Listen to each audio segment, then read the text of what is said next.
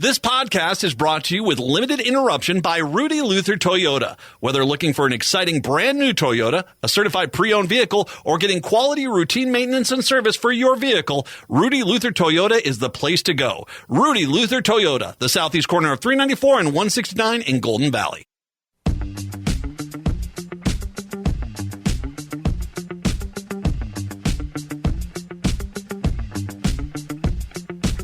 Broadcasting live on AM 950, the progressive voice of Minnesota, in the evenings on WCPT 820 Chicago's Progressive Talk, and in the nighttime hours, 1150 AM, KKNW in Seattle. It's the Matt McNeil Show for your Tuesday. Good to have you with us here today. Guest free this first hour, 4 o'clock hour locally. We've got Patrick Coolican from the Minnesota Reformer joining us, as well as also tickets to give away to Maz Jabroni. That's coming up here a little bit. Patrick is here with us today. Hello, Patrick. How are we?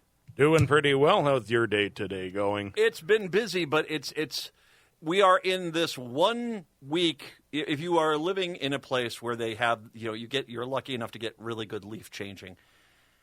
It is spectacular here in Minneapolis, St. Paul right now. It is absolutely spot on. As a matter of fact, I got some photos from this weekend. I was doing some hiking. I'll post them up on the social media pages.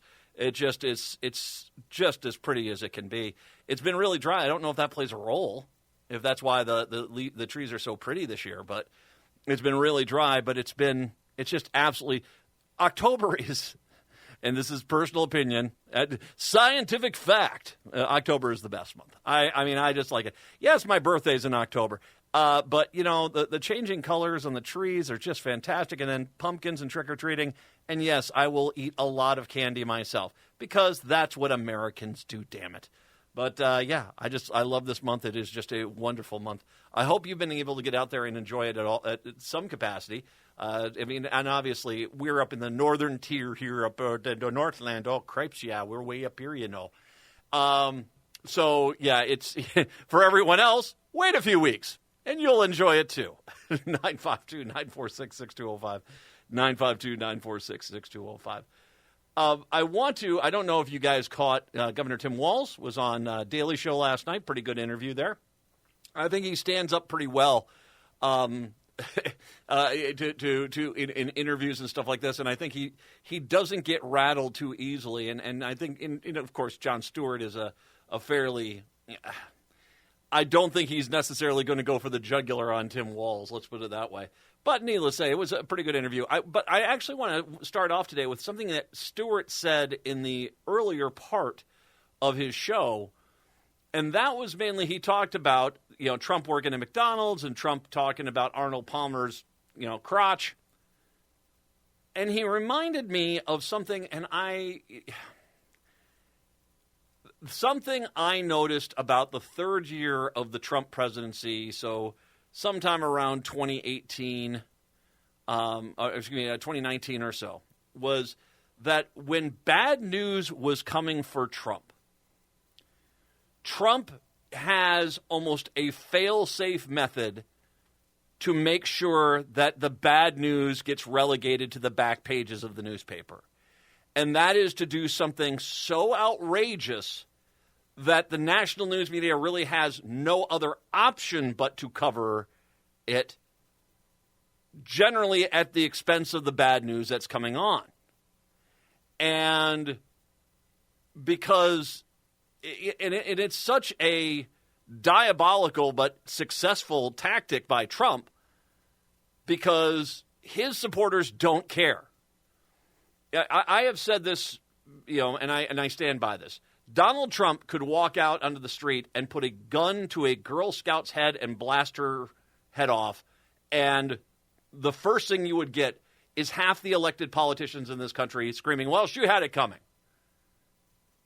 Donald Trump is the guy that when you'd walk into your house and you find him sleeping with your spouse, the Republican would look and say, damn Democrats.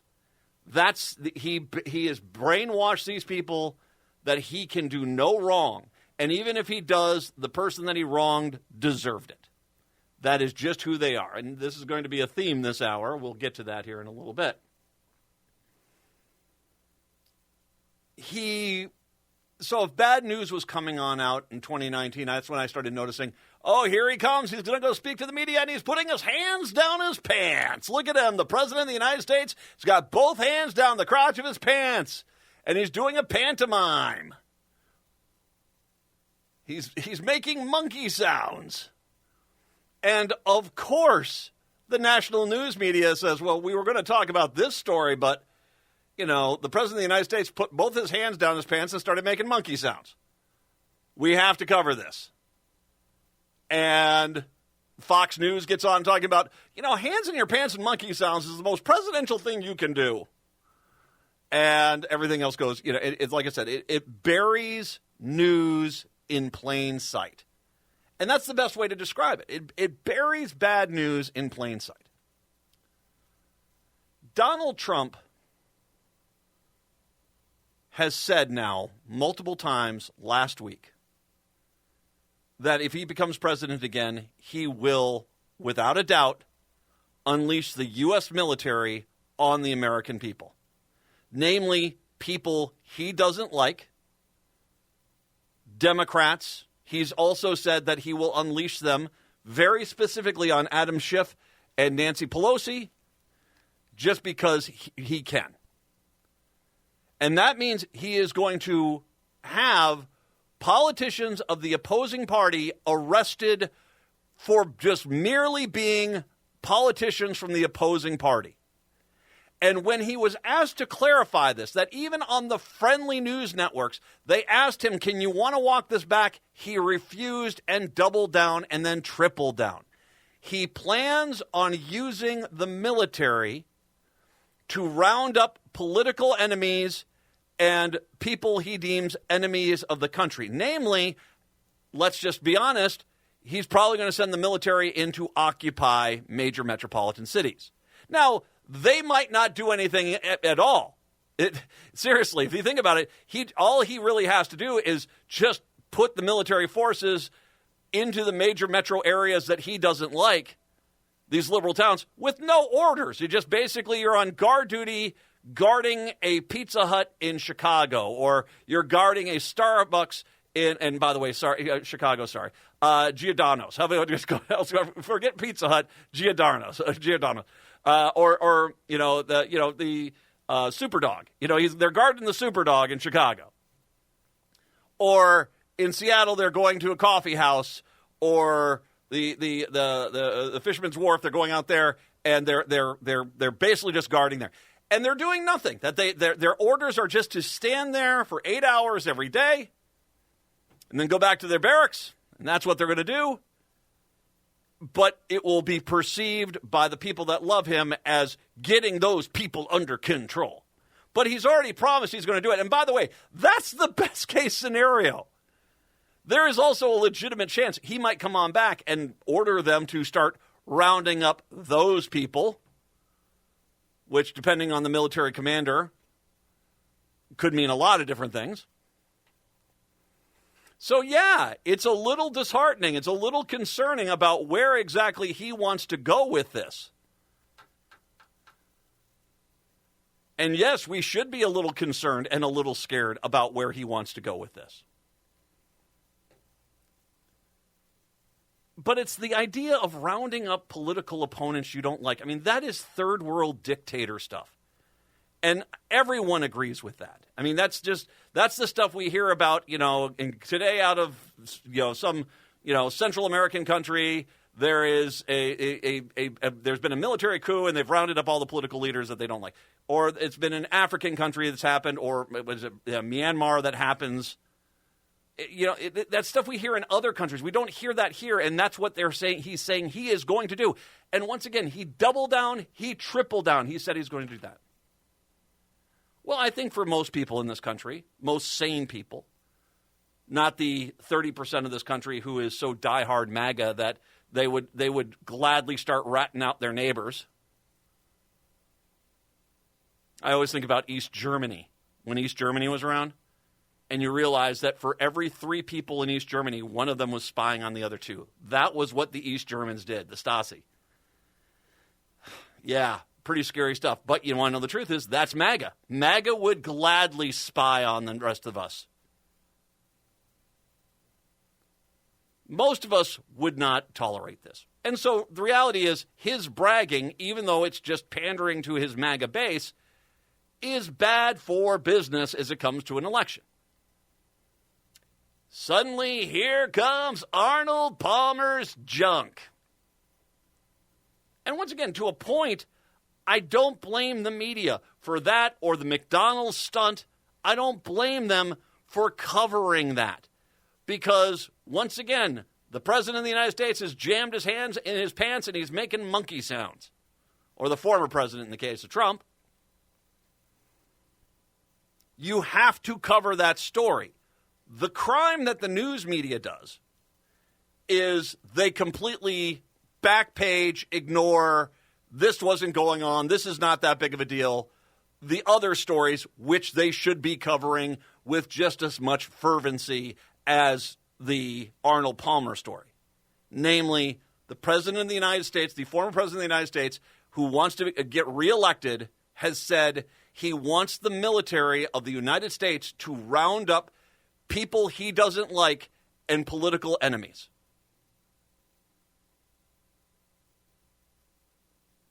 That's a pretty horrible thing, man.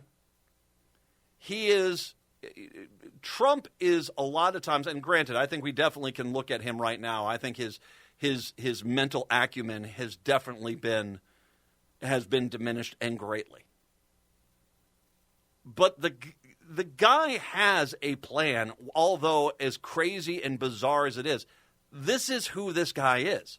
He knows that if he throws enough crap at the wall, some of it's going to stick.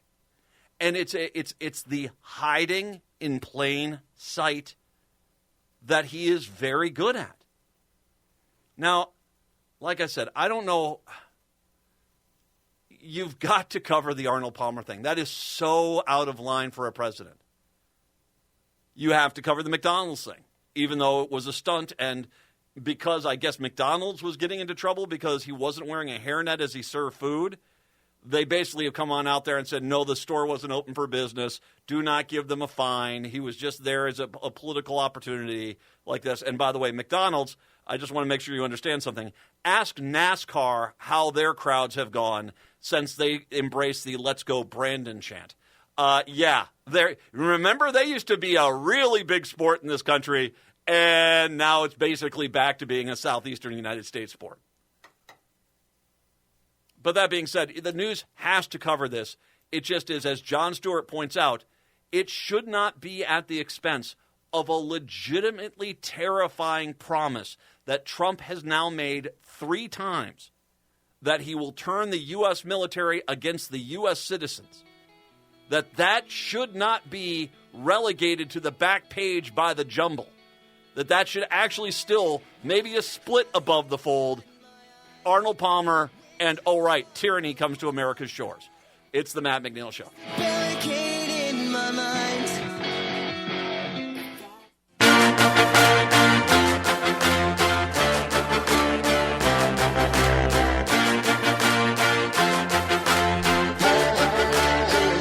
It's the Matt McNeil Show. I want to take some time now to talk about what is coming our way. And I'm not talking about the election. And I want to be there is one point about the election when you look at the polls and all this stuff and how things are getting reported that is not being discussed at all. And that is something that I have talked about here. We've actually had Republicans on to talk about it on my show. That is that there are plenty of Republicans who are not going to vote for Trump that have already said they're going to vote for Harris. And I said this back in, when we were going through the primary season and you could see the numbers that Trump was losing to Nikki Haley and others in that race. Even when Nikki Haley was long out of the race, she was still getting 5-10% of the Republican base voting for her. And I said, it does not take much of the people who are voting Republican voting for Harris and then the rest of the tickets Republican, depending on the situation. In Minnesota, I know a lot of Republicans up here who aren't going to not only vote for Trump, but are not planning on voting for the Senate candidate running against Amy Klobuchar because he's atrocious, a guy named Royce White.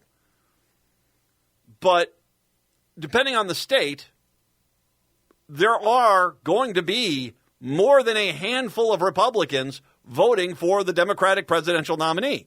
So when you see numbers and the poll says, well, Republicans are registering to vote, or Republicans are doing this, reminder that there's a decent chance that between 5 and 10% of registered Republicans are going to vote for Harris or not vote for a presidential candidate at all. And that alone, and sure, there are a few people on the left who are the same, but numbers-wise, from what you're seeing, there are far more Republicans that are abandoning Trump than Democrats abandoning Harris.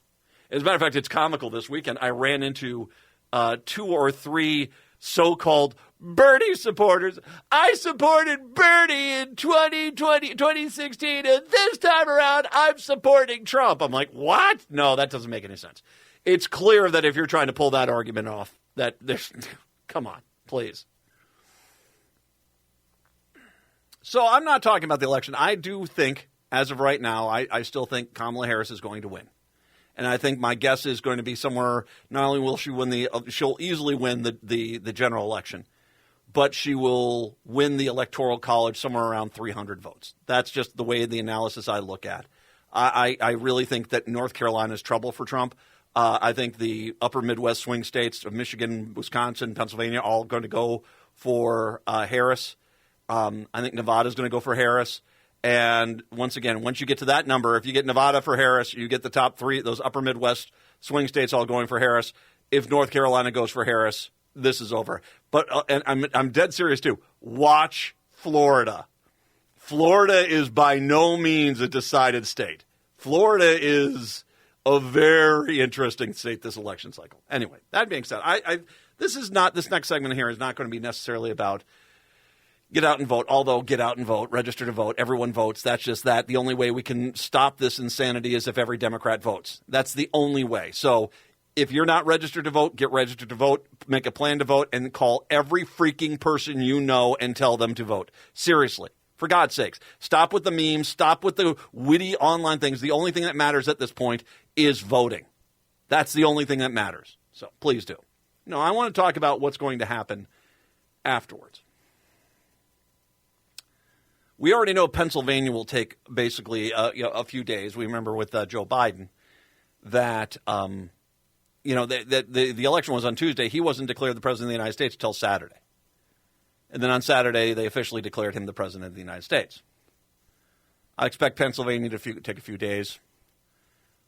It sounds like Republicans across the country are already planning a plethora of court challenges, and they're all going to come down to the same exact court challenge they're going to make. They're going to try to find some nitpicky rule that says there weren't 3 Democrats and 3 Republicans carrying every box into the polling place.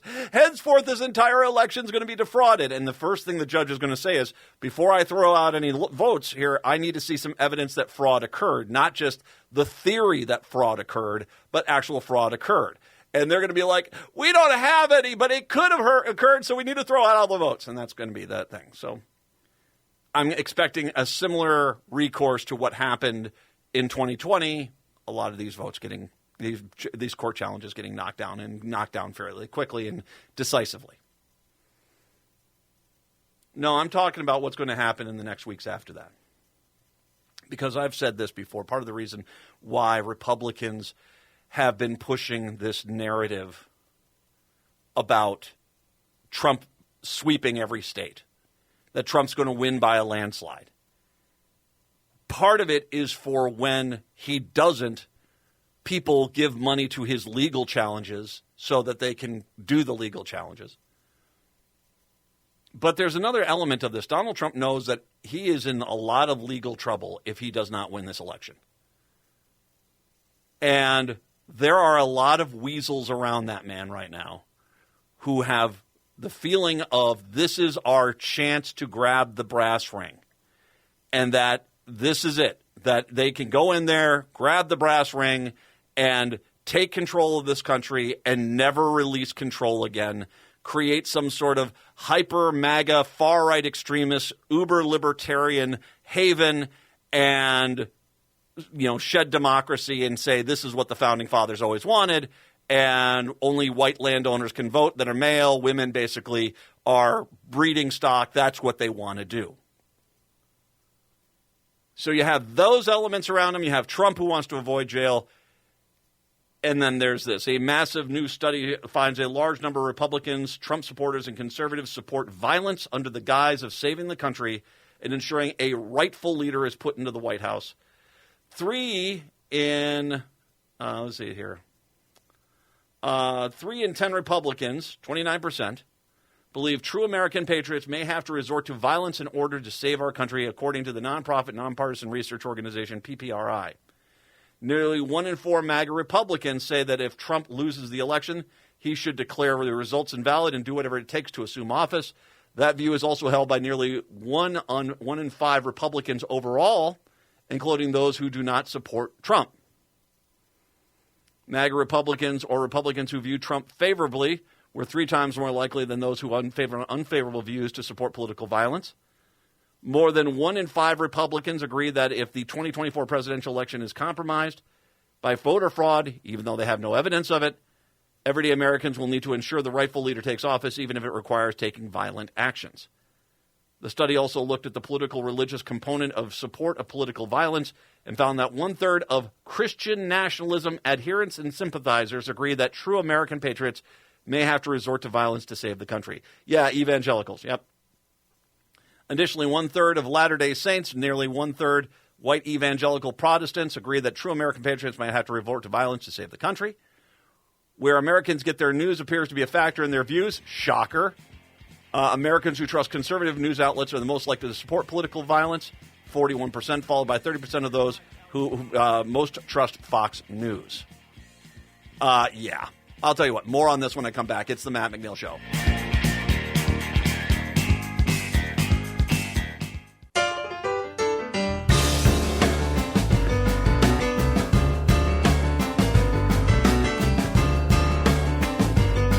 Broadcasting in the evenings on WCPT 820 Chicago's Progressive Talk, 1150 AM KKNW in Seattle, as well as AM 950, the Progressive Voice of Minnesota. It's the Matt McNeil Show on your Tuesday. Nice to have you here today. So, as I just mentioned, a disturbing, and I do mean a disturbing amount of Republicans, 29% believe that, well, regardless of the outcome, if Trump doesn't win this election, that people should take up arms against the government and try to install him as the president of the United States.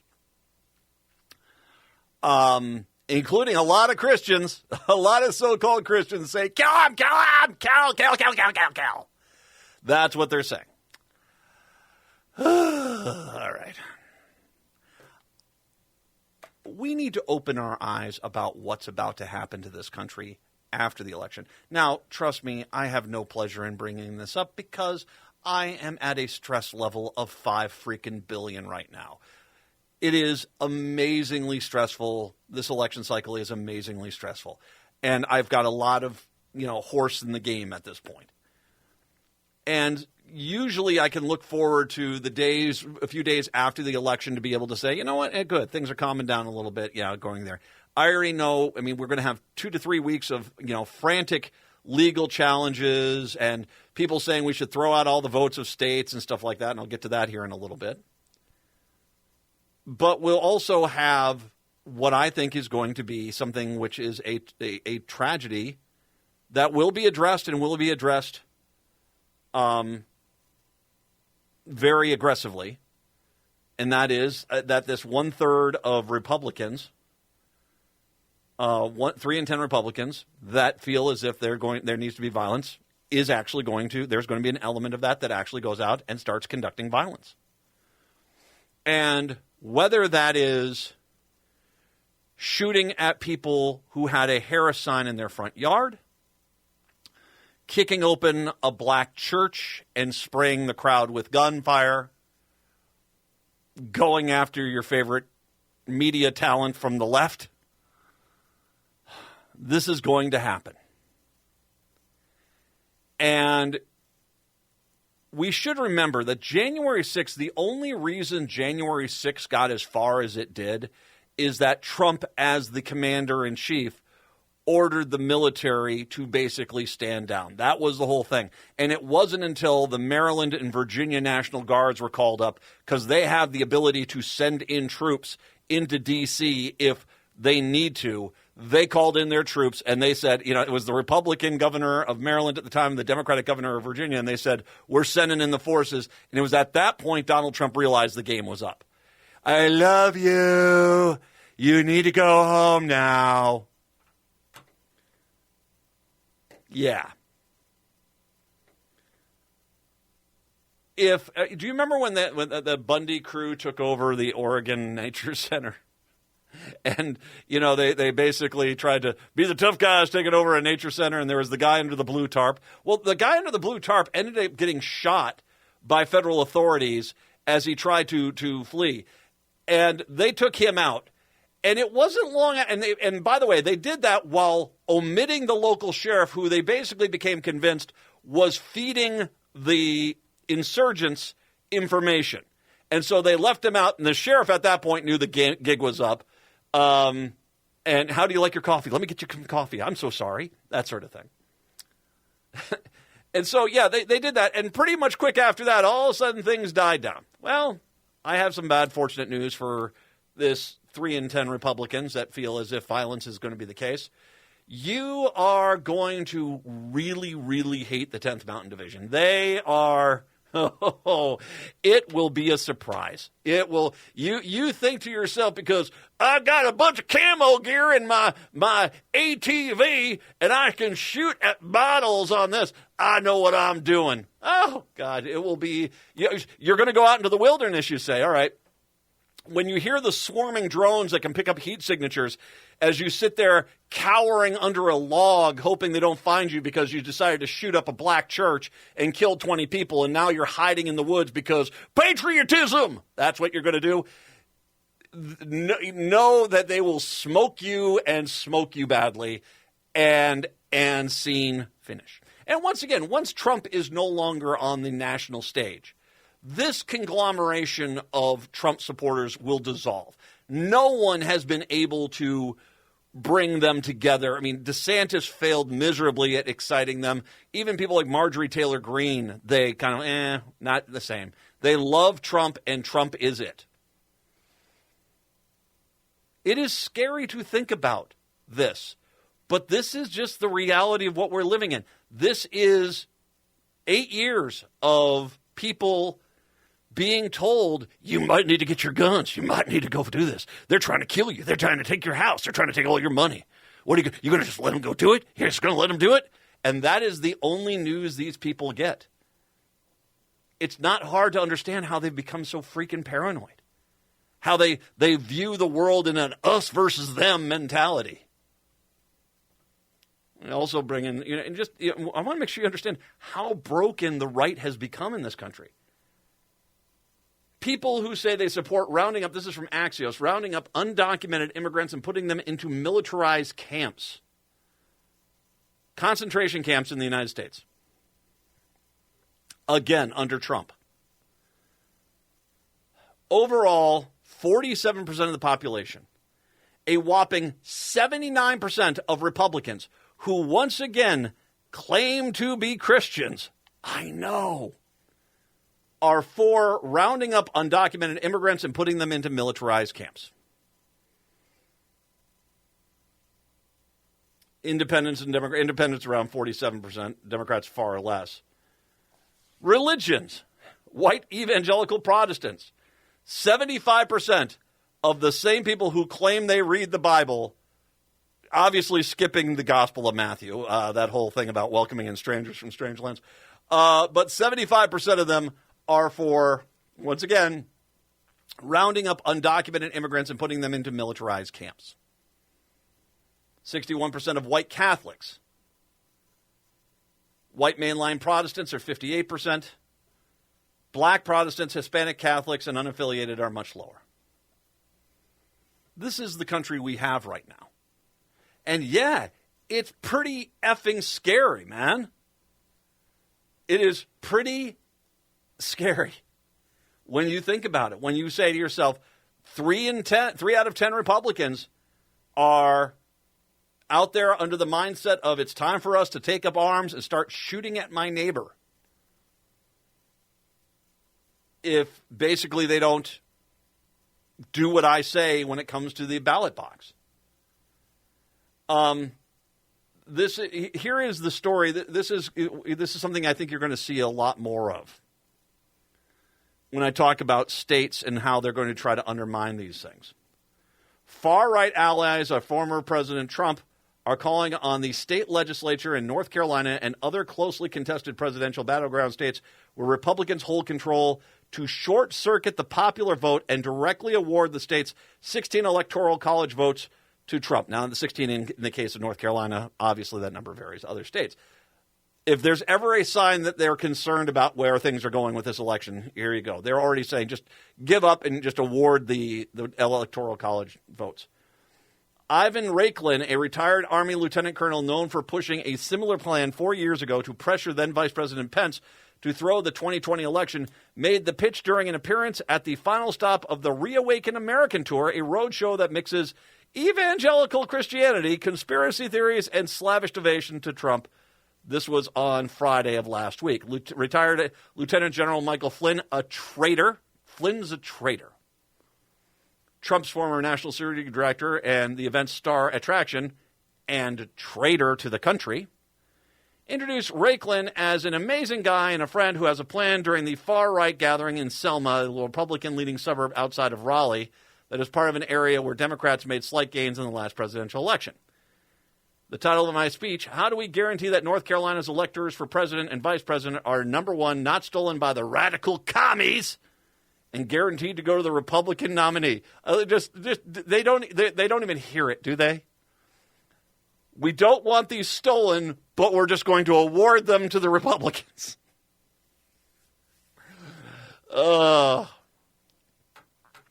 The anti-democratic proposal rests on a novel legal framework known as the independent state legislature theory, the idea that state legislators hold the actual authority to override the popular vote and directly appoint electoral college votes as a component with the larger effort to overturn the last election. As Trump supporters stormed the Capitol on January 6th, the former president's allies in Congress attempted to prevent the certification of the election to send the electoral slates narrowly won by President Biden back to friendly Republican legislatures for them to overturn them and install Trump as president. If Republican-controlled legislators override the popular vote that directly appoint electors during the election, it'll be the first time this has happened in this country since 1876. Now, if I remember my history correctly, so what had happened is Ulysses S. Grant had won 2 terms. This is after Johnson. He'd won 2 terms. He was president. His hand-picked successor was Rutherford B. Hayes. And once again, I might be missing some of this stuff, but I think this is what happened. Hayes lost. Hayes lost the election, and that's when Grant got on the phone, or I don't think the phone, the telegraph probably at that point, sent a message to certain southern states that they will withdraw northern troops and give the states full control of themselves if somehow, some way, Rutherford B. Hayes was the actual winner. And not only did they overturn the electoral votes, I think they actually, the state of Mississippi had to chase down their electoral college vote cart that was going to D.C. with all the electoral college votes in it. They had to chase it down and bring it back to Mississippi. It was Mississippi or Alabama, one of the two. Needless to say. Yeah, that was a fixed election, to say the least. Raiklin said that in Selma that Trump supporters should spend the next several weeks trying to motivate House Speaker Tim Moore and Lieutenant Governor Mark Robinson, who serves as president of the Senate, to convene a special session to allocate its electors, considering the supermajority Republicans hold in both chambers of the North Carolina legislature. Raiklin predicted the electors would be awarded to Trump. Moore and Robinson both did not decline to be reached for a comment on this story. Now, once again, clearly there would be a legal challenge here. And the courts are pretty consistent on this. They are not in the realm of throwing votes out. But you get a Trump judge, which once again, For 8 years, Republicans held up legal appointees, judge appointments by Obama, and then plugged a whole bunch in for Trump. And it wasn't until Joe Biden said, well, we'll just get rid of the filibuster if you guys do this again, that they allowed him to get his votes in on his legal judicial entries there. What's being advocated is a violation of the law, again, and this is Patrick Gammon, spokesperson for the North Carolina State Board of Elections. What is being advocated is a violation of the law, sent to an email to Raw Story. North Carolina, which requires the boards of elections to certify the vote tallies in the election, North Carolina law and the Federal Voting Rights Act of 1965 require the board of electors to count and report the votes to its voters. The certified results of the presidential election get reported to the State Board of Elections, to the Secretary of State and Governor, and the state's presidential electors are assigned by the governor according to the certified results of the election. So basically, they're saying, no, North Carolina can't do this. Michael Ludwig, a former U.S. Circuit Court judge appointed by the bench by George H.W. Bush, has warned that the independent legislator theory is the Republican blueprint for the 2024 election. Unlike the Democrats' theft claimed by Republicans, the Republicans' theft would be open defiance to the popular vote, thus with the will of the American people. Coupled by Rakelin's call to upend almost 150 years of custom in election administration is a history of provocative rhetoric. His speech in the past has tiptoed on the line of advocating political violence by calling for live-stream swatting raids against Trump's political enemies. Okay, you get the point. You got to get out and vote. The only way this goes away is if he gets trounced. If Trump gets trounced on November 5th, this goes away. If it becomes too many states, if somehow Florida and then somehow Texas start going blue, then they don't have a game plan to override this. So once again, this comes down to everybody freaking votes. And yes, there are people, we all know one or two people out there who are like, I don't really want to vote. I don't pay attention to politics. Grab them by the lapel, gently and nicely, and tell them to vote, because their rights do matter this time. And whether or not they're too smart or stupid to realize it. It's the Matt McNeil Show. It feels good to see the world getting loose. Feels good to see the world getting loose. I don't know about you, Sack Noel. It is the Matt McNeil Show. Yeah, this is, it's, if you look at the history of this country, this stuff has happened before. I mean, I brought up the Civil War, for goodness sakes. You know, one of the reasons why, I want to make sure we understand, one of the reasons why many of the states seceded before Abraham Lincoln took office was because they knew what was coming. They seceded from the Union because Abraham Lincoln had been elected. That was, this protesting of presidents is not something new. The good news is it is a minority. Doesn't mean people aren't going to get hurt and possibly killed. But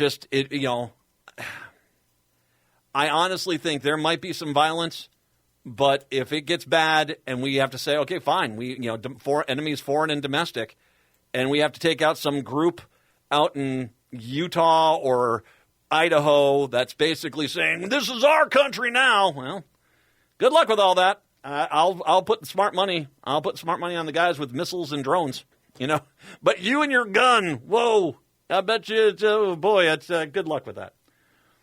One update here I want to give has to do with something we have talked about in regards to Trump and his boneheaded decision to outsource a lot of his campaign work. That generally what happens in a general election, this is something that's happened with both Democrats and Republicans for many, many years, is that they basically create their own network of people on the ground to door knock, to campaign, phone call, phone bank, get people to encourage people to register to vote, that sort of thing. Trump, because he wanted to divert as much money as possible to in-house, outsourced a lot of this. And there have been multiple stories I have seen where there supposedly are Trump offices in swing states, and there aren't Trump offices in swing states. There's just no one there. And no one's out, there are, reports of door knocking and stuff like this. And the reality is that's not going on. And I've had Republicans come back at me and say, oh, you don't know what you're talking about. There's a massive group. No, there definitely seems to be a lack of focus on basic campaign stuff. The allegations of fraud are getting more serious at America PAC, the organization funded by tech billionaire Elon Musk, that it's running a large part of former President Trump's voter canvassing operation in battleground states. According to The Guardian, a bootleg how-to spoof video made by an American PAC canvasser in Nevada was obtained by The Guardian shows the apparent ease at which locations can be changed to fake door knocks, calling into question how many Trump voters have actually been reached by the field operation.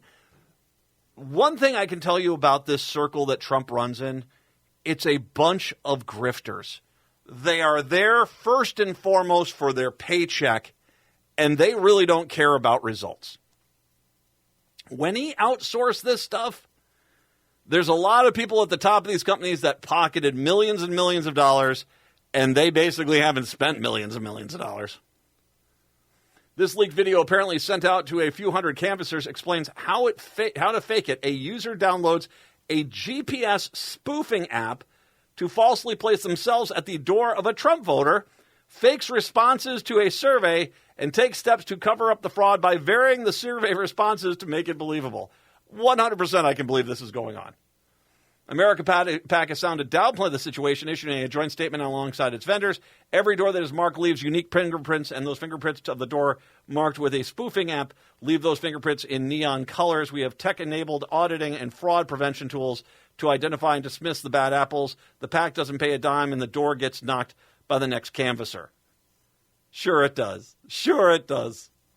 Oh, that. By the way, that is it doesn't work. No, really, it doesn't. Don't try it. Whatever you do, don't try it. This comes amid reports that even America PAC canvassers trying to operate legitimately are struggling with app glitches. Former Arizona GOP legislative candidate canvassing with America PAC for Trump in Wisconsin reported that she kept getting sent to the homes of Harris supporters instead. Meanwhile, America PAC's own figures appear to show that these faked voter contacts may account for 20 to 25% of all the reported doors knocked in the battleground states of Arizona and Nevada. Up to a quarter of all the doors knocked might not have ever gotten knocked in those two states. Wow. Earlier this week, The Guardian had obtained text messages from leadership at Blitz Canvassing, one of the firms contracted by America PAC, warning the contractors not to speak to the press in the amid all the publicity about their failures.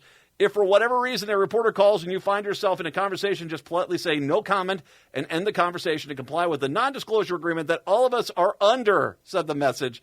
These reporters want to elect Democrats and embarrass their sources, so no comment is always the best approach. Yeah, you're frantic hiding. That's always a sign that you're winning. Former President Trump's campaign, along with the Republican National Committee, have largely pulled back on the in-house canvassing operation, instead relying on groups like America PAC to do the work for them. They are ripping them off left and right. It is clear. I mean, they've actually got a video showing you how to do it. God. 952-946-6205. Lawrence is in St. Paul, wanted to chime in today. Hey, Lawrence. Yeah, it's very interesting. Our side, we've gotten to the point now that all we do is report on the stupid stuff they're doing. I would like to see sometimes where we're kind of getting into the fight. But I say that to say this, that through my calculations, all of my calculations seem to come to one conclusion, and it's manifest destiny, unfortunately. I just can't get around it. Why a guy with 34 felonies, a guy that's raped women, sold secret documents to our adversaries, why is he still in this race when you got people that wanted to impeach President Obama for not wearing a Senate pen, for wearing a tan suit? Well, and Lawrence, if I can, let me jump in here before I get to the end of the show. It comes down to a few things. First of all, we all know why the racists are voting for Trump. He's racist. They love him for that. So thank you. I appreciate that, your phone call. The racists, we understand why he's voting. They're voting for him. The billionaires that don't want to pay any taxes, we understand why they're voting for them. For the rest of these people, this glob of Trump supporters that no one else can manage to put together, it comes down to one simple concept. They will gladly sink on the Titanic as long as they're 10 feet higher on the deck and can watch their perceived enemies drown before they do. That is terrifying. But that is who these people are. As long as they can watch their perceived enemies die, they'll be happy and they'll gladly go. Chicago, Seattle. Talk to you tomorrow. Minneapolis, St. Paul, hour 2 up next.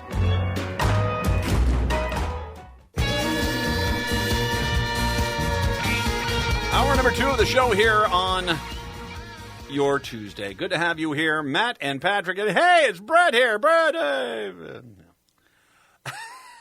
It's quite a response I received. Hey, great, you're here. Oh, bye.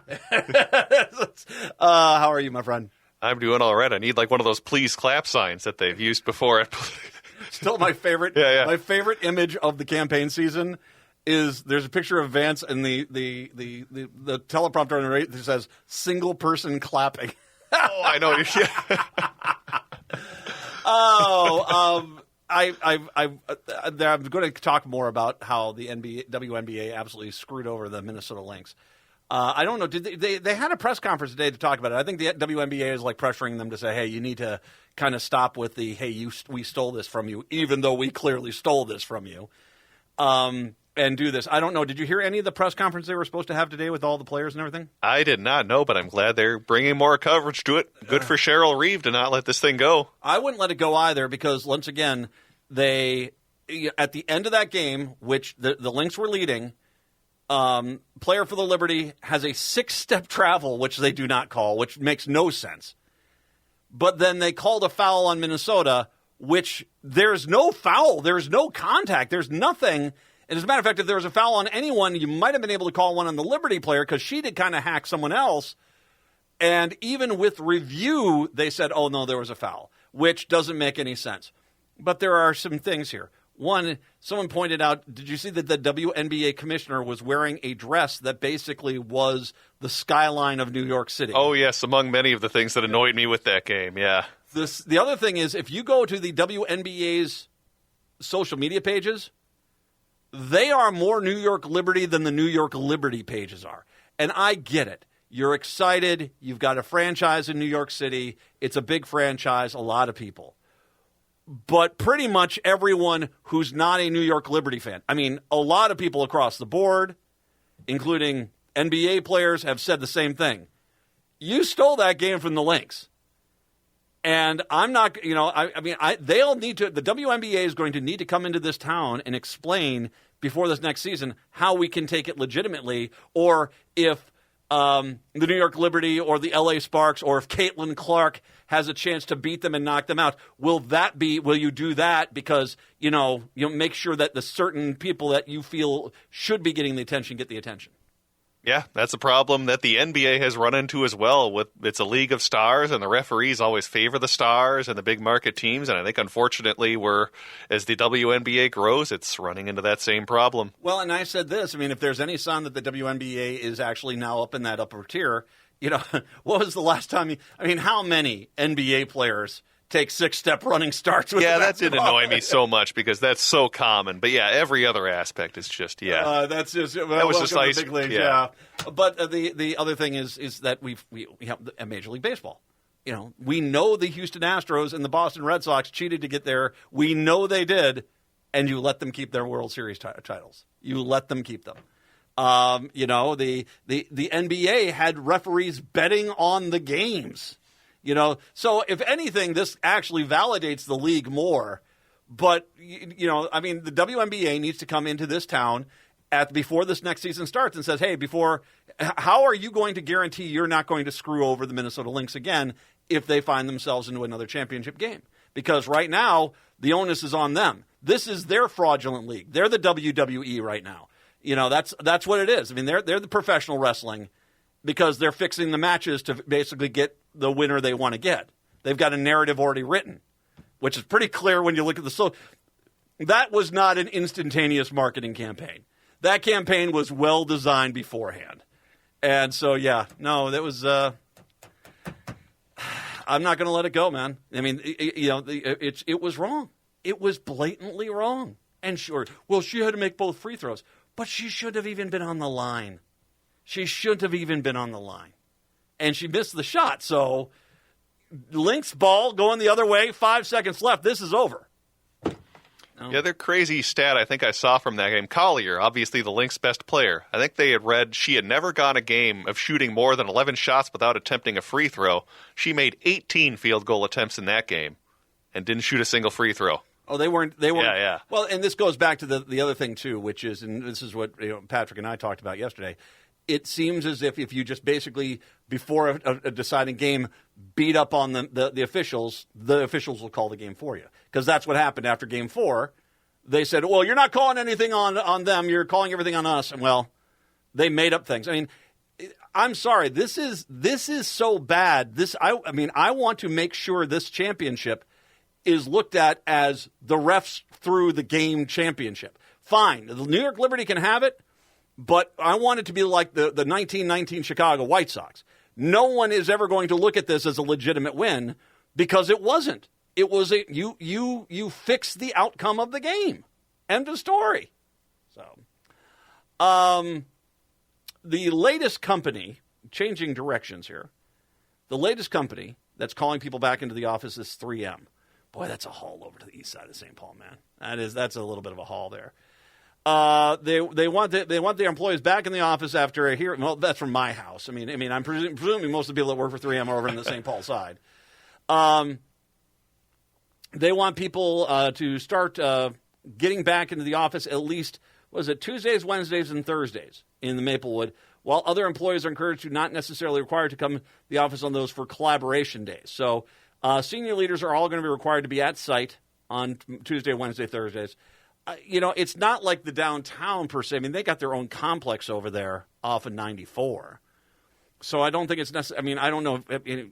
Those are some pretty high freaking security buildings, man. I don't know if they have like a Panera or a Starbucks or whatever inside those buildings. Caribou. Sorry, local guys. Caribou. I don't know if they do or not, but I mean, I don't know how many auxiliary businesses are there, but clearly around them there have plenty of auxiliary businesses. So, obviously it's going to help them a little bit, but here's the thing that's interesting. My son graduated from the University of Minnesota. He's got now a job. He's working out there. Because I think that there is this generational thing. My wife is working remote pretty much the entire time. She can work pretty much remotely for her job. She goes into the office on her own maybe twice a month. My son and most of his friends graduating want to go into the office. They don't want to just work at home. They've been kind of prepped to, I go to a job. And so there's a real movement by them to go in. My son is going in twice a week. That's kind of the standard, is they go in twice a week. And he's enjoying it. He goes over to St. Paul. He's in downtown St. Paul. But he's enjoying it. It just is this younger generation, this late millennials, early generation Z, they seem to be much more transfixed on getting back into the office. I could see that if you're someone like the case of your son who's having his first real, adult full-time job. That would be kind of tough if you're doing that only remotely and not getting that face-to-face interaction. So I definitely get that among younger employees. Entry level, that's tough to do. When I realized that during snowstorms and when I had the health issue and I got the back break and I could do my show from home, we could do this all the time, right? We could just do this. No, I never even dreamed I'd be in a business. I actually like coming into the studio. I like coming here. I like doing this. It kind of focuses me a little bit. So I can kind of get the idea of going and doing a radio show. I mean, I don't want a dog barking in the background. I don't want to, put the cat meme on my Zoom call. I don't want to do that. I'm not a big fan of that. Matt, your internet's slow. Reset your internet. Matt, your internet's slow. We can't get a connection to you. Yeah, we don't need to be dealing with that either. Yeah. Plus the fact that I have worked in radio for now 33 years, geez. I've worked in radio for 33 years. I have yet to go into a radio. Outside of the military ones, the military radio stations were brilliant. They're basically brand new radio stations every year. Love that. Nowhere else. Most of these other things, they're put together on bubblegums and prayers. So I don't trust the radio station, frankly. I expect to go in the back room and there's some guy shoveling coal into the antenna. That's the kind of the systems we have here. They're kind of this conglomeration of every radio board that's been around since 1950 to today. And how they've been put together, I have no idea. So I don't have any faith. We put a computer in with that? How do we do that? That's like putting a computer on a human. I mean, it doesn't make sense. We got to put a dog. Here we got the dog with a computer interface. Why? Why would we do that? So that's why I come to the station. Because I don't trust your technology, man. Well, radio is one of those things too. I'm kind of with you where I would rather be here and experience being at the radio station, having the mics with me, having the equipment, and yeah, remote broadcasting, I know it's obviously a thing, but I'm still much more in favor of the face-to-face. We should sell half the parking lot to Arby's. We should get an Arby's right next door to us. Because, Why Arby's? Do a little better than that? Like maybe a Five Guys or something? Or... I love how your face was hurt. Yeah. You actually had a pained expression on your face. Arby's. Arby's? What? No, Matt. No, not that. We don't have to do that. We can do something else. There's food out there, Matt. Sorry, Arby's. Sorry. I don't know why. Why do we keep doing this to Arby's? I don't know. 952-946-6205. 952-946-6205. Like a computer interface for a pig. Why? Why would you do that? You didn't need to do that. Anyway. Patrick Coolican, our good friend over at the Minnesota Reformer, he is kind enough to join you today. I saw one of the articles you guys are going to talk about. Yeah, is that the HOA story you're talking about? The Homeowners Association story up in Otsego, is it? That is just a crazy story of what's happening with this homeowners association. Basically, last year they supposedly had a hailstorm and they needed their roof replaced, but the condensed version is conveniently the management company happens to own the contractor that's going to be replacing the roof at this HOA, and there's a lot of other shenanigans going on with this too. Oh, I was noticing the price seemed a little bit jacked up on the it was like $18,000 for each. It was pretty pricey. Which is more than most insurance policies are going to cover you for on that. Exactly. What's the other story you guys are covering? And then we're talking about his column where he wrote about Janae Bates, who I had a chance to speak to many times back on my show with Isaiah, and she is someone who married someone who's currently in prison right now. So we're talking about that story and their fight for criminal justice reform and really the idea of are you permanently marked as being a bad person when you commit a crime? So it's a really interesting column that Patrick wrote about that. Well, one last thing I want to make sure I mention here is coming up a little bit later on, we have tickets to give away for Maz Jobrani's show. This is going to be over at the Varsity Theater on Friday, the 15th of November. Mr. International Comedy Tour. He's coming to the Varsity Theater sometime this hour. I'm going to give away those tickets to go see Maz Jobrani. So listen for your chance to win on that. But right now, it's Patrick Coolican from the Minnesota Reformer talking with Brett right here on AM 950. AM 950, the progressive voice of Minnesota. Brett Johnson joining you here on a Tuesday afternoon. And right now we are joined by Patrick Coolican, who is the editor-in-chief of the Minnesota Reformer, as we're going to be talking about some of the stories that they have been working on over the past few days and weeks as we approach election season. Again, make sure you go to minnesotareformer.com for the best in Minnesota news and politics. And make sure if you really do value their election coverage to give them a donation over at minnesotareformer.com.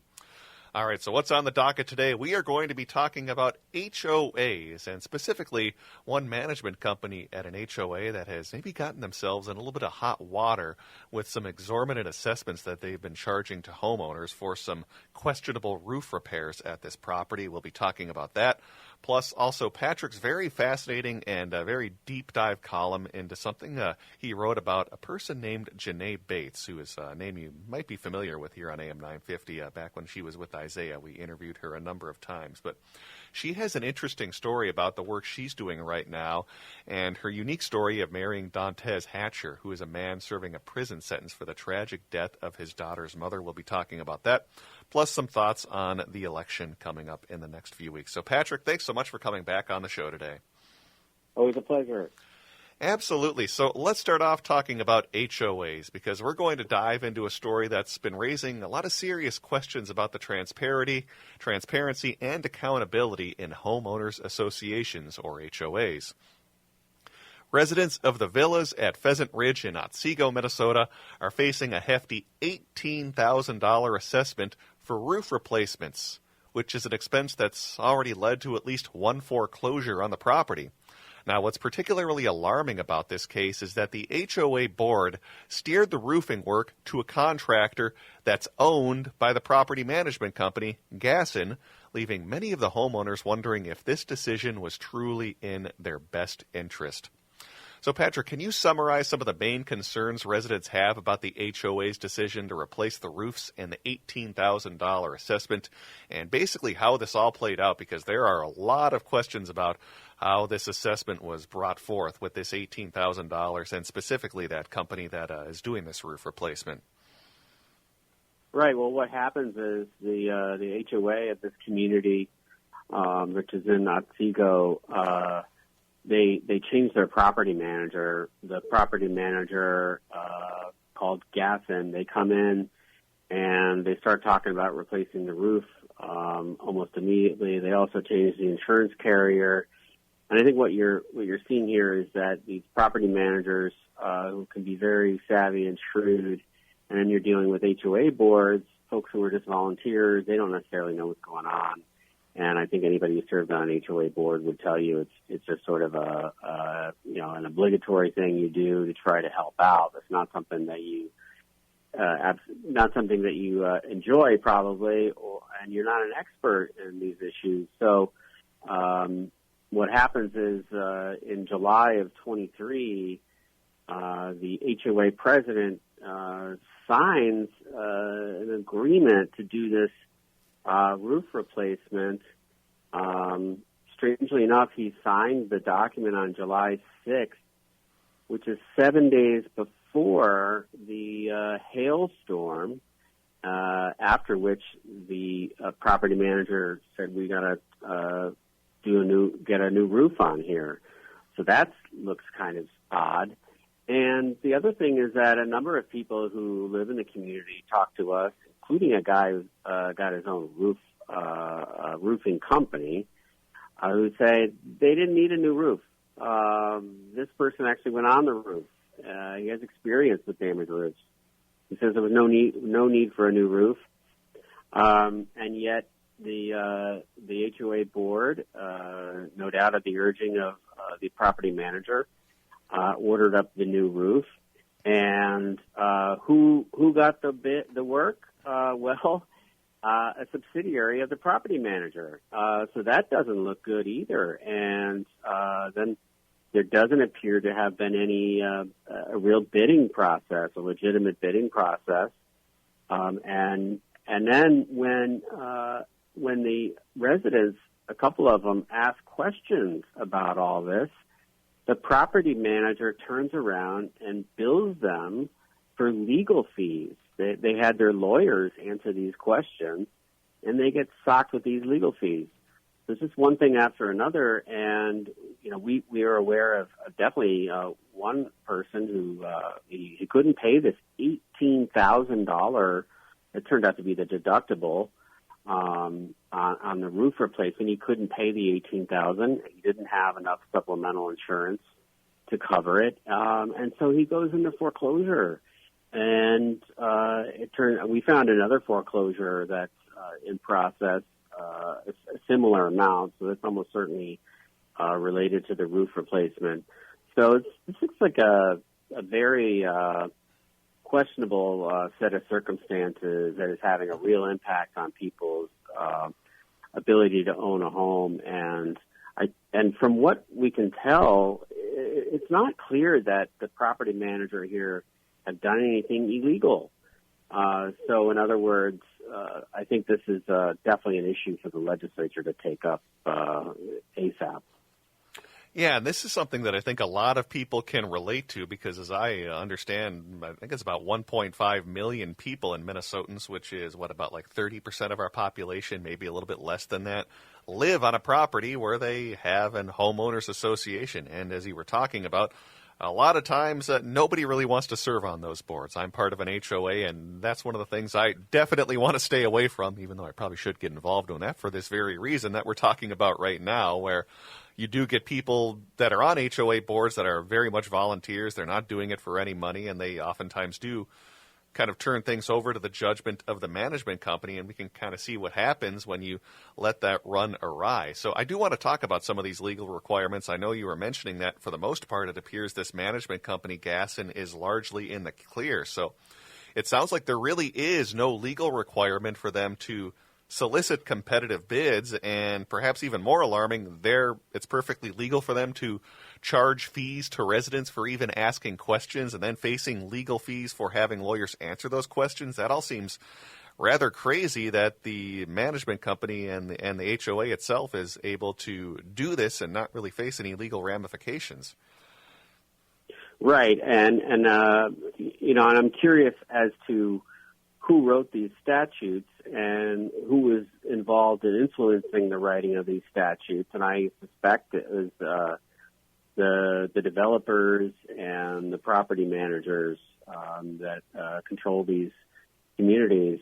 The HOA phenomenon is very common in the Sun Belt, and I feel like it's less so. You don't see much of it, as much of it in the Twin Cities, but I think it's an emerging, an increasing form of governance. It's a kind of privatized governance, and I think it's time for the legislature to really scrutinize some of these practices and make sure we're not seeing the abuse of power. Well, now let's talk about the state legislature. Has there been any thoughts recently at the state legislature from members on how they might want to reform this? Has there been any talk, or what sorts of changes might we see when it comes to HOA reform? Because as you said, this is something that we're only going to see more of in Minnesota in the coming years. Yeah, there is a task force that's been set up. I have concerns that the task force is controlled by people in the industry, or not controlled, but there's a heavy influence. There's a heavy industry influence. But I think this is going to be an issue that's bubbling up because it has a real impact on homeowners, and I think that legislators are probably paying more attention to this as it becomes much more common. We'll encourage you to give this a read over at MinnesotaReformer.com, just talking about this real nightmare situation that homeowners are facing at this property in Otsego, Minnesota, because as more and more people become involved and become part of homeowners associations, these types of things can happen. So kind of a lesson to make sure you pay attention to your homeowners association, but then also read through what can happen, as I think you're absolutely right that we are in need of some reforms when it comes to laws and regulations around HOAs. Make sure you read more about that over at MinnesotaReformer.com. I want to move on now and talk about a column you wrote, Patrick, because your column was a very deep read about Janae Bates, who is a minister and co-director of the progressive religious group Faith in Minnesota. And she has a very unique story of marrying a person named Dantes Hatcher, who is a man that's serving a prison sentence for the tragic death of his daughter's mother. And really, your column explores some pretty profound questions about forgiveness, redemption, and really whether a person can be defined by the worst moment of their life. So, Patrick, can you summarize how Janae Bates got connected with Dantes and how their relationship blossomed? I mean, obviously, we don't have it's more. The story will require more time than we have time to talk about. But can you at least give us a summary of what happened with their relationship, because it's a really fascinating story. Yeah, Janae Bates, who's an emerging leader in progressive politics here in Minnesota, she's originally from Ohio, and she and Dantes Hatcher were kind of high school sweethearts. They wound up going their separate ways. She went on to college and a Fulbright fellowship, and then became an ordained minister and wound up here. He, on the other hand, he grew up really kind of in a really tough environment of the crack epidemic of the early 90s in Cleveland, foster homes and violence in the home and that kind of thing. And he wound up with a woman who apparently was a wonderful person, but at the time he was really struggling with drugs and alcohol. He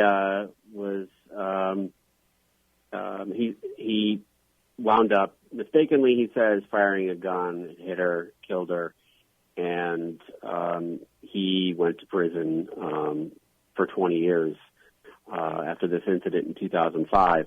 Around 2015 or so,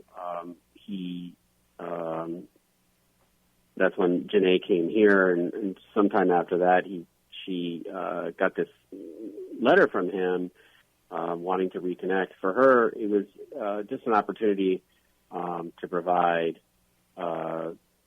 Christian service, essentially, to someone who's in prison.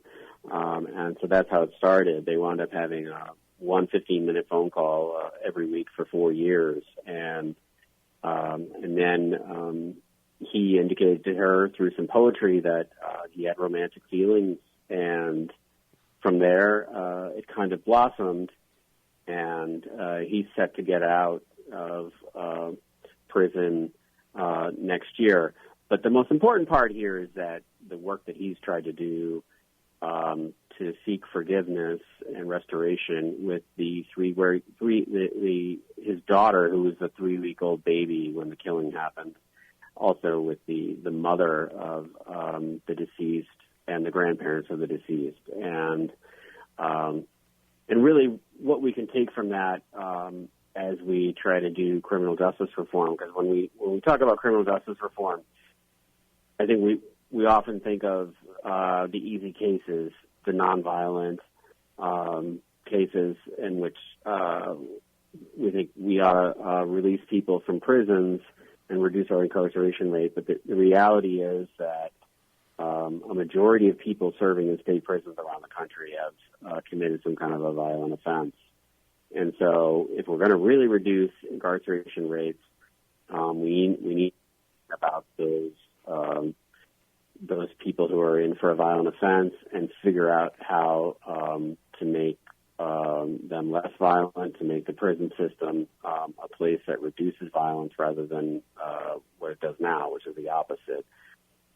So really important questions here about criminal justice reform through the lens of this really remarkable story of Janae Bates, who was married to a man in prison. And I really enjoyed getting to know everybody involved and felt good about humanity for a day or so, despite all of the darkness of the story itself. Absolutely, and I do want to highlight one aspect of the column that you talked about, and that is the Danielle Project. I'd like you to tell me a little bit more about that, because it's such a kind of a cool aspect, because it's Hatcher and Danielle Boone's family are working together, particularly Danielle Boone's grandparents, who are the grandparents of the deceased, working with Hatcher on the Danielle Project. So I'm curious if you can tell us a little bit more about this and what he's kind of helped spearhead while in prison. Yeah, the Jenkins, they are Danielle Boone's grandparents, and they raised her, and so that no one was closer to her than the Jenkins, and yet they accepted Dantes when he reached out to ask for forgiveness, and over the course of years they got there. And their position was actually very pragmatic. It was that simply they knew that that the daughter would eventually meet Dantes, and they wanted their great granddaughter, I should say, for that to be a positive experience, and so they wanted Dantes to be an evolved man. And so Mrs. Jenkins began this process of really working with Dantes, and together they came up with a program that would try to reduce domestic violence and violence overall. And he designed this course, which this prison in Ohio allowed him to teach to other inmates, and 200 inmates went through the course. And so it's an example of somebody, he shot the mother of his child in the face. Not somebody you would expect to have a positive influence on the world, and yet 20 years later, here he is. He's he's helped hopefully 200 men to think through issues in a more constructive way and reduce violence, especially against women. We'll encourage you to check out that column over at MinnesotaReformer.com. MinnesotaReformer.com. It's a great story telling us about Janae Bates and her very unique relationship with Dantes Hatcher. Again, at MinnesotaReformer.com. And final thing I wanted to touch on with you here, Patrick, is what's happening at least on the in the political and election scene, at least nationally right now. Of course, we have the usual Democratic bedwetting at the national scene as to whether they'll be able to hold the Senate and flip the House, while Republicans are at least feeling a little more bullish on the national level right now. How much there is to that remains to be seen, whether that's just part of the usual fluctuations we see of the campaign cycle. But I'm at least curious how people are feeling, at least locally in Minnesota, with our races for the state legislature. Are you getting any indication from either of the parties about how they're feeling, how things are going right now? I think that the Democrats are in the driver's seat. They have more money, better organization. It's kind of a Groundhog Day thing because it's no different than past cycles. They have Tim Walz at the top of the ticket, so certainly that should make sure the Democratic base turns out. You have a U.S. Senate race. It's not really a race at all. So that's probably not great for Republicans here either. I think the key number here will be about 4 points. If the Democrats, if Harris and Walz win Minnesota by 4 points or so, anything above that, I think you're going to see Democratic control of the legislature. If it's narrower than that, I think it's much more of a toss-up. So I think that the presidential election is a 50-50 at this point. I think that narrowly Democrats will keep the legislature here, but I don't think it's a guarantee at all. So I think the work of the ground game is going to be pretty important here. And I think your estimation of about a 4 percentage point victory for Harris Walz in Minnesota is a pretty good estimate for what it would take for DFLers to control the state legislature, since that's about how much they won the election back in 2020 with Joe Biden. And lo and behold, Democrats were able to hold control of the state house. So still expected to be very close, but I kind of agree that 4 percentage point mark is probably going to be the key number when it comes to the presidential election in Minnesota, when it comes to telling us what could happen at the legislature. We have been speaking with Patrick Coolican, who is the editor-in-chief of the Minnesota Reformer.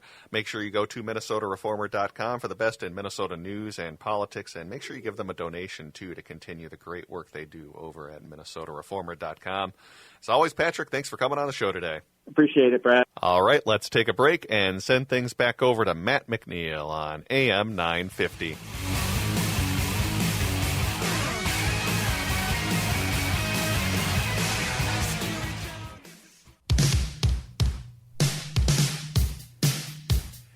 AM 950, the progressive voice of Minnesota, the Matt McNeil Show. I've got some tickets to give away right now to Maz Jobrani over, he's going to be at the Varsity Theater.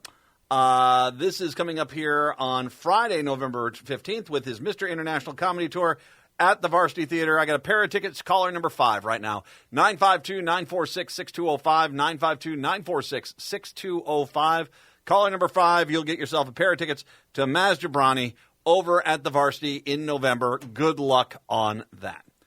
I was just asking myself, hey, is there a massive dumbass I haven't heard from in a while? Indeed there is. That's right. Walter Hudson, the representative from the St. Michael Albertville area up there, who, by the way, if I remember the last time I talked about him, he was being appointed by the Minnesota GOP as the Strategic Outreach and Engagement Director for them. So he's outreaching, he's engaging. This is a guy that's supposed to bring over, say, I don't know, some Democrats into the fold, into the Republican Party. And considering the fact that, Minnesota's going to vote for Harris, and my guess is going to be the House is going to stay in the Democrats' hand. It's not going too well for him. But it also could be, I don't know, maybe his message is off a little bit. I wonder what he's saying. Hey, right here, Heartland Signal has got some words from Walter Hudson. Let's see what he has to say. Here's Minnesota State Representative Walter Hudson, the Republican from Albertville, appears to tell conservative activists that he's glad they're looking into overthrowing the government after the election. Once again, Heartland Signal reporting this. Quote, one of the things you'll likely hear in November is reference to in the Declaration of Independence. It says, when a system of government becomes tyrannical, the people have not just the right, but the duty to change their form of government. Doesn't say anything about waiting for 2 years for the next election. It doesn't say anything about waiting until the next Supreme Court justice retires or passes away. Whenever you have the right and the duty to change it, whenever we have the right and duty to change it. So that's it. I'm glad you guys are going to be looking into that. Which sure sounds like trying to overthrow the government to me. That's what it sounds like. You don't need to wait for an election. Just change the government. Oh, gosh. Like I said, 10th Mountain Division, that will be a hoot. Oh, you guys are like, that's when all you guys got there in my AR-15. What do you got? Well, it's a tactical nuke, but, okay, fine. If we have to.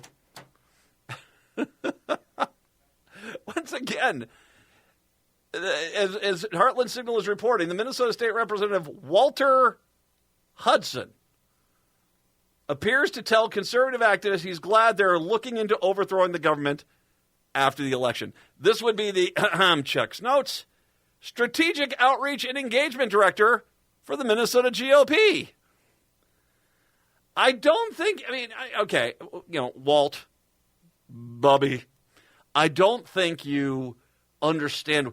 You're not supposed to reach out to the extremists. I mean, the whole concept is you're supposed to try to, find some Democrats who, aren't treasonous to the country and bring them in to the Republican fold. That's kind of how things have worked in the past, is that you can convince a few Democrats to vote for the Republicans because you agree on a few issues there. I think you got the wrong group. I think you're looking at the extremists on the far right, who I'm going to guess if they even vote in elections are already on board. But, I don't know if you're trying to get them to vote. It sounds like, once again, as Heartland Signal is reporting, Minnesota State Representative Walter Hudson, Republican from Albertville, appears to tell conservative activists that he's glad they're looking into overthrowing the government after the election. Just reading from the Heartland Signal site. There you go. It doesn't sound, voter outreach. Oh. On a completely unrelated note, I find it hilarious the amount of people that are willing to sacrifice other people's lives for their causes, Oh, go get them.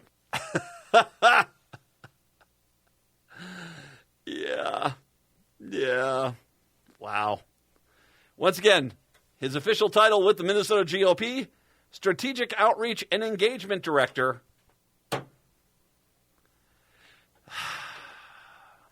Yeah. Good luck with all that, especially when you look at MinnPost yesterday did an interesting little story on September fundraising, how Harris outraised Trump in Minnesota. And it wasn't just a little bit. My God, Minnesota donors have sustained their summer political spending trends into the fall, supporting Vice President Kamala Harris' campaign for the presidency well over former President Trump.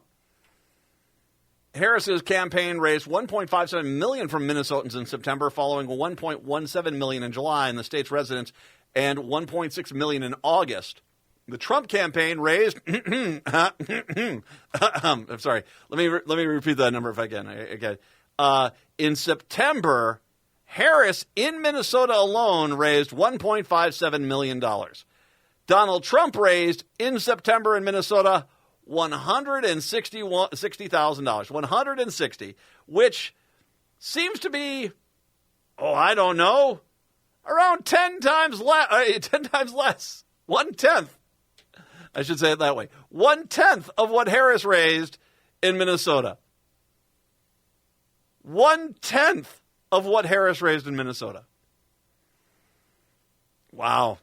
Once again, you look at we talked about the last hour, about the fake door knocking that's going on. You look at this new, we're going to try to overthrow the government stuff after the election stuff. I talked about that last hour.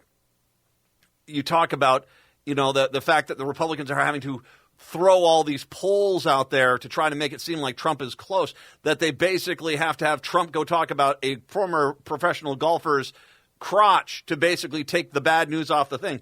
But then you look at something like this. I mean, this is a canary in the coal mine if there ever was one. It tells you what is going on there. Harris is trouncing Trump politically here in the state on the money side. A few key events appear to have driven donation activity, including the presidential debate between Harris and Trump September 10th. The Trump campaign held a rally on September 13th in Vegas, Las Vegas. In Harris' case, the debate fueled more than $200,000 in Minnesota donations in a single day. In the month of September, daily donations from the Harris and Trump campaigns averaged out at $52,000 and $5,300 respectively. That would be 1/10. They've got a chart here. It is unbelievable how much in the state of Minnesota Harris Walz has absolutely trounced the Republicans. This would be, by the way, and it was interesting. You know how I've done the, Royce White watch on the Minnesota GOP's Facebook and Twitter pages?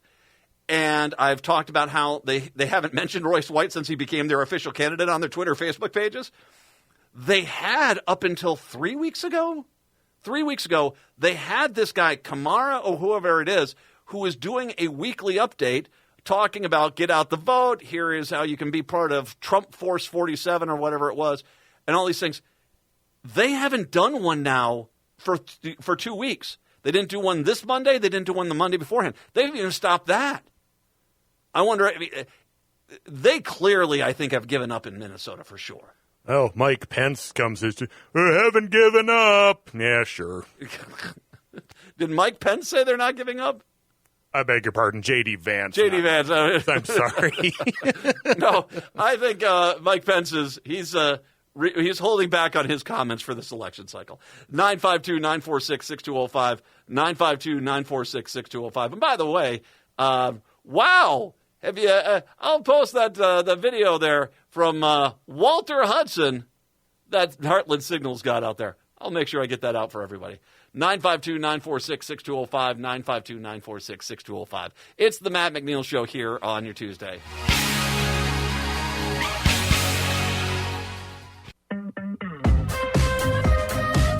AM 950, the Progressive Voice of Minnesota. Patrick, by the way, we did give away those tickets to Maz Jabrani. Who is the winner of the tickets for today? Congratulations, Matt in Minneapolis. Enjoy those tickets. We got more tickets to give away all week long. Listen for your chance to win in the 4 o'clock hour.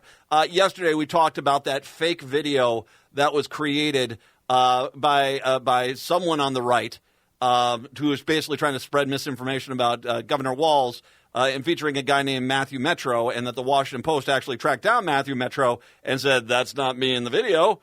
I have no idea who that person is in the video." And right now they're trying to track down who that individual is. My guess is someone's killed that guy. But that would be, because they don't want the truth to come on out about, who exactly was behind it. But that's just a guess.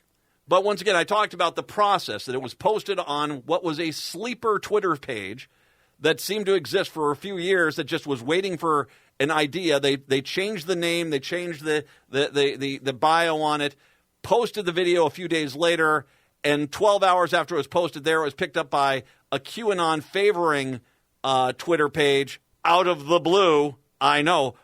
How did you all of a sudden see this brand new guy with no followers? Oh, that's right. It was all planned. Now we have more news here. Groups in Russia have created and helped spread viral disinformation targeting Democratic Vice Presidential candidate Tim Walz, a senior U.S. intelligence official said on Tuesday. That's right. The Republicans are working with the Russians to undermine American democracy. You know, traitors to the nation. Traitors. You're traitors to the nation.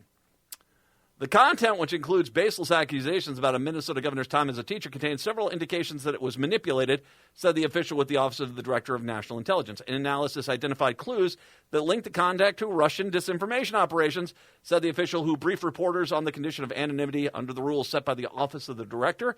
Digital researchers had already linked the video to Russia, but Tuesday's announcement is the first time the federal authorities have confirmed that connection. The disinformation targeting Walz is consistent with Russian disinformation seeking to undermine the Democratic campaign of Vice President Kamala Harris and Walz, her running mate. Russia also has spread disinformation aimed at stoking discord and division ahead of the voting. Officials say they may seek encouraging violent protests after Election Day. It seems like I was just reading a story about some fool who was, I don't know, at least it sounded like he was kind of encouraging that kind of thing, maybe at the behest of the Russians. I don't know. I have no idea. If I could only remember where I heard that story. It's lost to me. I'll have to see if I can find it later. Anywho, last month, analysis of Microsoft revealed that the viral video and baselessly claimed that Harris had left a woman paralyzed in a hit and run. Now they went after him with Matthew Metro. Yeah, I just want to make sure we understand this. The Republicans are actively working with the Russians to undermine this country's government and potentially overthrow the government. Yeah, that's not a big red flag. For God's sakes, everyone vote. Everyone votes. Everyone votes. Native Roots Radio is up next. We are back tomorrow. Till then, see ya.